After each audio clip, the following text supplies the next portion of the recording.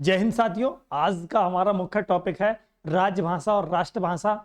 इनमें अंतर क्या होता है, इन चीजों को हम बहुत शानदार बेहतरीन तरीके से जानेंगे। अगर यहाँ पर बात करेंगे राजभाषा में जो कितनी भाषाएं होती हैं, कैसे कैसे इनको डिवाइड किया गया है, कौन कौन से अनुच्छेद के तहत इनका हिंदी में वर्णन किया गया है, उन चीजों को हम बहुत शानदार तरीके से जब समझने वाले हैं। और आप सभी थंबनेल के माध्यम से इन चीजों को देख भी चुके होंगे। अगर यहाँ पर बात करते हैं, पहला टॉपिक हमारा क्या है? पहला टॉपिक है हिंदी के स्वरूप की। अगर रूप की बात करते हैं, राजभाषा होता क्या है, यहां पर हम चर्चा करेंगे। सबसे पहले राजभाषा होता क्या है। आपने देखा सर, राजभाषा हमने पढ़ा तो था पहले, मगर समस्या हमारे सामने ये आ जाती है कि राजभाषा को हम पढ़े कैसे, समझे कैसे। राजभाषा का मतलब होता है गुरुजी राजकाज की भाषा। जिस भाषा को हम राजकाज के रूप में प्रयोग कर रहे हो उसे हम कहेंगे राजभाषा। उसके साथ गुरुजी राजभाषा की अगर बात करें, कुछ और भी है, राज्य या प्रशासन की भाषा भी या कह सकें, राज्य या प्रशासन की भाषा भी तो कह सकें, बिल्कुल कह सकें। अगर बात करें यहां राजभाषा के माध्यम से ही समस्त प्रशासनिक कार्य संपादित होते हैं। राजभाषा जनता एवं सरकार के मध्य सेतु कार्य करती है। जनता एवं सरकार के मध्य मतलब जिस भाषा के माध्यम से तुम सरकार के सामने अपनी बात रख सको उसे हम राजभाषा कह सकें। बस यही तो तुम्हारी सीधी सीधी भाषा है। गुरुजी या की बात करें, ये कब अस्तित्व में आई? ये 14 सितंबर 1949। अब की डेट है मेरे चीतो, मेरे मुनक्खो, यहां पर देखोगे गुरुजी, यहां पे 14 सितंबर 1949 को हिंदी को संविधान सभा द्वारा राजभाषा घोषित करो गया। ये कब करो गया? 14 सितंबर को प्रत्येक वर्ष हिंदी दिवस के रूप में मनाया जावे। कब? 14 सितंबर को प्रत्येक वर्ष हिंदी दिवस के रूप में मनाया जावे। यहां पर 26 जनवरी 1950 को हिंदी को राजभाषा के रूप में संवैधानिक मान्यता प्रदान की गई। संवैधानिक मान्यता यहां तक क्लियर है? बिल्कुल सभी को क्लियर होगा, सभी अच्छे समझ गए होंगे। गुरुजी यहां पर बताओ, हिंदी जो है, हिंदी भाषा को देवनागरी लिपि में लिखा जावे। बिल्कुल सही बात है, लिखा जावे। यहां पर देवनागरी लिपि को नागरी, गुरुजी लिपि क्या होवे? लिपि का मतलब होवे, लिपि का मतलब मैं तुम्हें बताता हूं बहुत बढ़िया तरीका। लिपि का मतलब होवे लिखने का तरीका, लिखने का तरीका, ऐसा लिपि कह में। बस यही तुम्हें समझ लेनी है, बहुत बढ़िया तरीका थे। लिखने का तरीका को लिपि कह में। जैसे हमने ए लिखी, आ लिखी, तो ये कहा है कि लिखने का तो तरीका है, तो यहां पे ऐसा लिपि कहेंगे। ये देवनागरी कैसे लिखी जावे? बाएं से दाएं लिखी जावे। यह बात है, ध्यान रखियो, ये बहुत इंपॉर्टेंट होने वाली है, बहुत बढ़िया होने वाली है। इसका विकास ब्राह्मी लिपि से, इंपॉर्टेंट याद रखियो, ब्राह्मी लिपि से देवनागरी लिपि का विकास हुआ। अगर नेक्स्ट बात करें हम, देवनागरी लिपि कैसी अक्षरात्मक लिपि है। इसमें जो क्लास में वही क्वेश्चन करवा रहा हूं जो आपकी परीक्षा में पूछी जाए, चाहे आप 8वीं से लेकर IAS तक का पेपर दे लेंगे। अगर राजभाषा से प्रश्न आ रहा होगा तो यह क्लास से बाहर ना जावे, इतनी तो वचन मैं दे रहा हूं। यहां पर देखो, सर्वाधिक वैज्ञानिक लिपि है। इसमें एक ध्वनि के लिए एक ही संकेत, मतलब संकेत का मतलब क्या होगा? प्रतीक होता है। क्या प्रयोग किया जाता है, जैसा उच्चारण होता है वैसा ही लिखा जाता है। शब्दों को सुंदरता प्रदान करने के लिए सिरोरेखा का प्रदान किया जाता है। गुरुजी अब गे का ठेठर आगो सिरोरेखा, आज तक तो हमने सुनी खड़ी पाई, अब सिरोरेखा भी सुन ली। बिल्कुल गुरुजी, खड़ी पाई तो गे वाली होवे, गे वाली, जे वाली खड़ी पाई होवे। गुरुजी के ऊपर डंडा जो काट दम के का होवे, गे सिरोरेखा होवे। या ढंग से समझ लीजिए, ये का होगा? ये होगा खड़ी पाई। क्या होगा रे? खड़ी पाई होगा। और ये का होगा? ये होगी सिरोरेखा। समझ गए होंगे तुम? सिरोरेखा, सिरोरेखा हो गई। यहां तक उम्मीद कर रहा हूं सबके समझ में आ गई होगी, सब बढ़िया तरीके से समझ गए होंगे। नेक्स्ट अगर बात करते हैं भारतीय संविधान का अनुच्छेद 343(2) में यह प्रावधान किया गया है, संविधान के लागू होने के 15 वर्ष तक अंग्रेजी भाषा का प्रयोग जारी रहेगा। संविधान लागू होने के 15 साल तक अंग्रेजी भाषा का प्रयोग जारी ही रहना है। और यह कहवे तुम्हारा 343 को 2। उसके बाद 343 को 1 का कहवे, उससे पहले कहेगा, बाद में ना कहेगा, ध्यान रखियो। यहां ये कह रहा है संघ की राजभाषा हिंदी एवं लिपि देवनागरी होगी, ये भी सही कह रहा है। उसके बाद सीधा 26 जनवरी 1950 को भारत के संविधान लागू होने के साथ ही भारत की राजभाषा नीति लागू हुई। यहां पे भारतीय संविधान के भाग 17 में और अनुच्छेद 343 से 351 तक राजभाषा का प्रयोग किया गया है। और यहां पर बात करते हैं अनुसूची 8 में इसका प्रयोग किया गया। इसमें भाषा कौन सी? 22 भाषाएं जो तुम्हारे सामने, इतनी खूबसूरत सी भाषा। तुमने देखी होंगी गुरुजी, हिंदी है, उर्दू है, मलयालम है और तमिल है, तेलुगु है, उड़िया है, असमिया है, बोडो, डोंगरी, कश्मीरी, गुजराती, नेपाली, मणिपुरी, काकड़ी और सिंधी, मैथिली, कन्नड़, संथाली, मराठी, बांग्ला, पंजाबी। ये सब कैसी भाषा, ये भारतीय संविधान में वर्णित है। इसी के साथ तुम्हारी 22 भाषा प्रमुख देखो कितनी खूबसूरत सी स्लाइड में तुम्हारे सामने पेश करी है। अगर यहां बात करें गुरुजी हिंदी, अब हिंदी की लिपि कौन सी है गुरुजी? देवनागरी है। हिंदी की लिपि देवनागरी है। गुरुजी संस्कृत की देवनागरी है, कोंकणी की देवनागरी है, डोंगरी की देवनागरी है, नेपाली की देवनागरी है, बोडो की देवनागरी है, मराठी की देवनागरी है। इन्हें तो हम कर ही लेते, इन्हें काय को लाए तब? आ जाओ तुम कर लेते, आ जाओ। मैथिली की कौन सी है? तिरहुता। कभी पढ़ी है? कभी पढ़ी है तो सही बताइयो कमेंट में। ना पढ़ी हो तो ये चीज तुम्हें यूनिक लग रही हो तो बता दियो कमेंट में। गुरुजी आज की जो वीडियो देखी है ना, हमें बहुत यूनिक चीज दी है, ऐसी चीज दी है जो हमें कभी किसी एक वीडियो में ना मिली होगी। यहां पे अगर बात करूं जी संथाली की बात करें, संथाली की कौन सी है? संथाली की देखो ओलिची की। कभी तो मैंने पेपर दियो ना एसआई को, यूपी एसआई की भर्ती आने लिख रही, एमपी एसआई की भर्ती आने लिख रही, राजस्थान एसआई की भर्ती आने लिख रही, हरियाणा एसआई की भर्ती आने लिख रही, तो बस साफ दिखाई दे जाएगा क्वेश्चन कैसे लेवल के आम है। वही क्वेश्चन तुम्हारे लिए कहते ना 8वीं से आईएएस तक का कोई सा पेपर दे ली, यहीं से पूछे जाएंगे। मैं बताऊं हिंदी में क्वेश्चन, जो टॉपिक मैंने सेलेक्ट कर दिया। गुरुजी गुजरानी, गुजराती है भाई, गुजरानी ना गुजराती है, तो क्या है? देवनागरी। क्लियर है यहां तक? बिल्कुल सही है। इसी के साथ नेक्स्ट देखेंगे गुरुजी मिस्री, मिस्री, मिस्री, कश्मीरी का फारसी, अरबी, देवनागरी। गुरुजी असमिया, असमिया, उड़िया, उड़िया, उर्दू, फारसी, अरबी, कन्नड़, कन्नड़, तमिल, तेलुगु। ठीक है। पंजाबी की गुरुमुखी बहुत इंपॉर्टेंट है। अब मणिपुरी की मेतई बिल्कुल इंपॉर्टेंट है।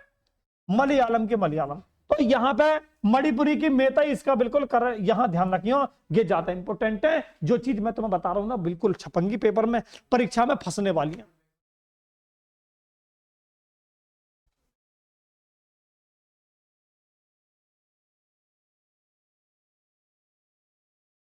देखो भाई, अगर बात हम नेक्स्ट करें, अगले क्वेश्चन की बात करें, अगले क्वेश्चन काके में, अगला क्वेश्चन है तुम्हारे संवैधानिक स्थिति राजभाषा की काई। राजभाषा की संवैधानिक स्थिति पर चर्चा कर लें थोड़ी सी। चर्चा तो करने ही वाली बात है, अगर बात हम संविधान की छेड़ दें और हिंदी के साथ छेड़ दें तो यहां तो चर्चा होनी ही चाहिए, जो हमारा उद्देश्य है। यहां देखो भाग 5 120 में संसद में प्रयुक्त होने वाली भाषा का उल्लेख किया गया है इस अनुच्छेद में।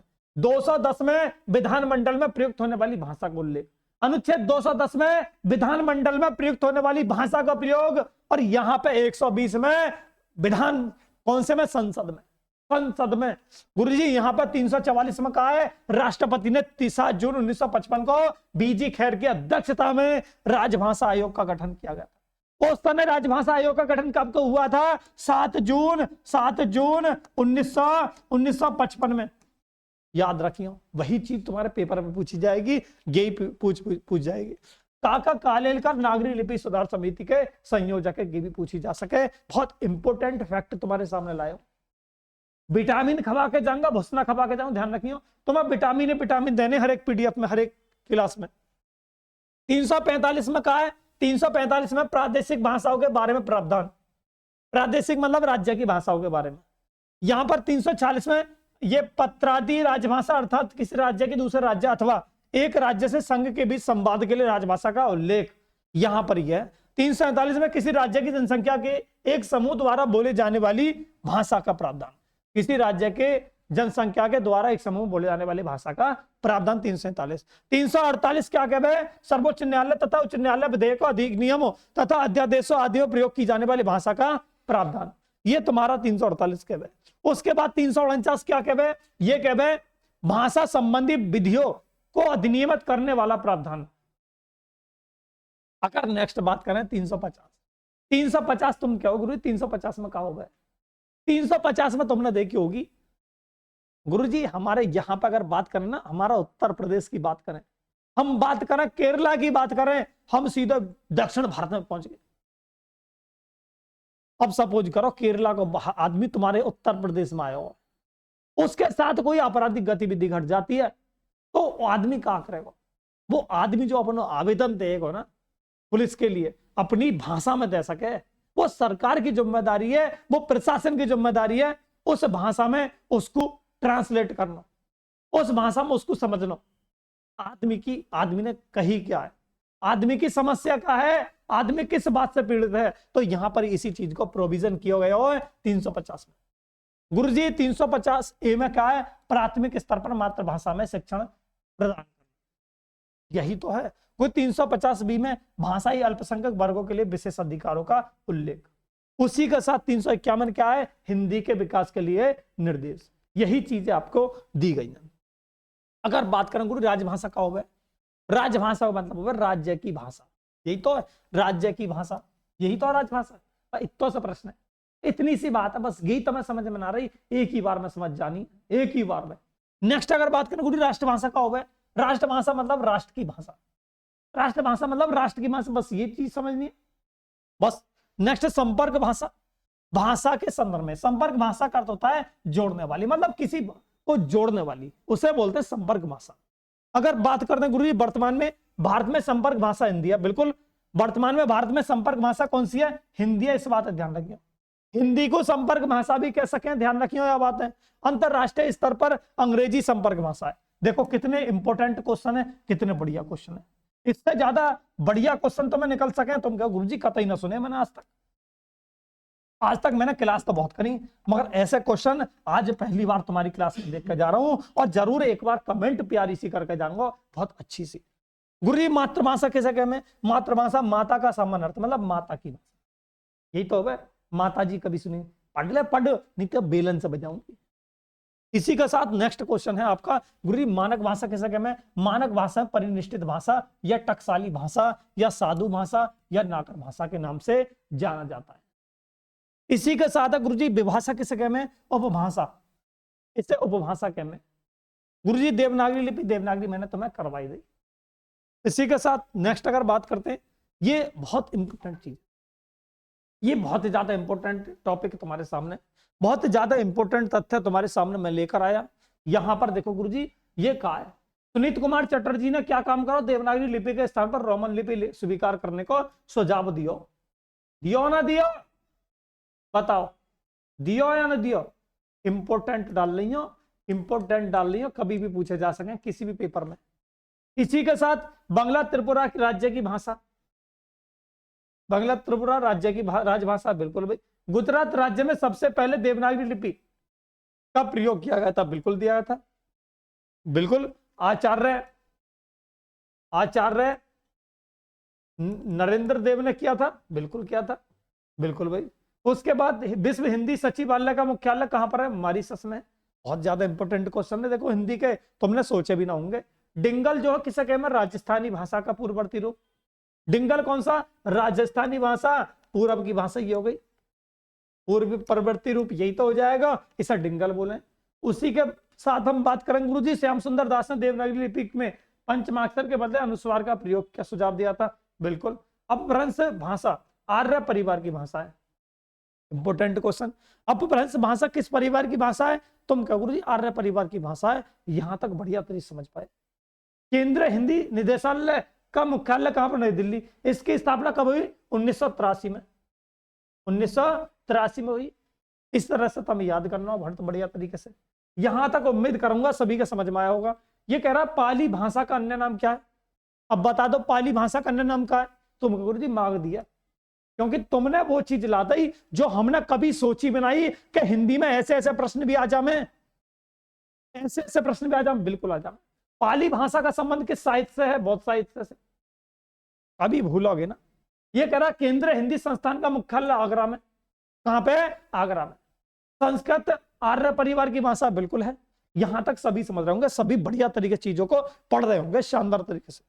क्या सभी समझ पाए, यहां तक सभी समझ पाए, बताइए मुझे सभी मुझे एक बार कमेंट करके, जो वीडियो देखेंगे जरूर कमेंट करके बताएंगे आज की वीडियो कैसी लगी, क्या वीडियो मजा आया, क्या सभी क्वेश्चन सभी कंटेंट आपके लिए परीक्षा उपयोगी था, क्या परीक्षा में आप बहुत अच्छा बेहतर कर पाएंगे, सभी मुझे बताएंगे एक बार प्यारी सी कमेंट दे करके। इसी वीडियो को यहीं समाप्त करते हुए मिलते हैं कल एक नई और नेक्स्ट कंटेंट के साथ, नई वीडियो के साथ। जय हिंद, वंदे मातरम सभी साथियों के लिए।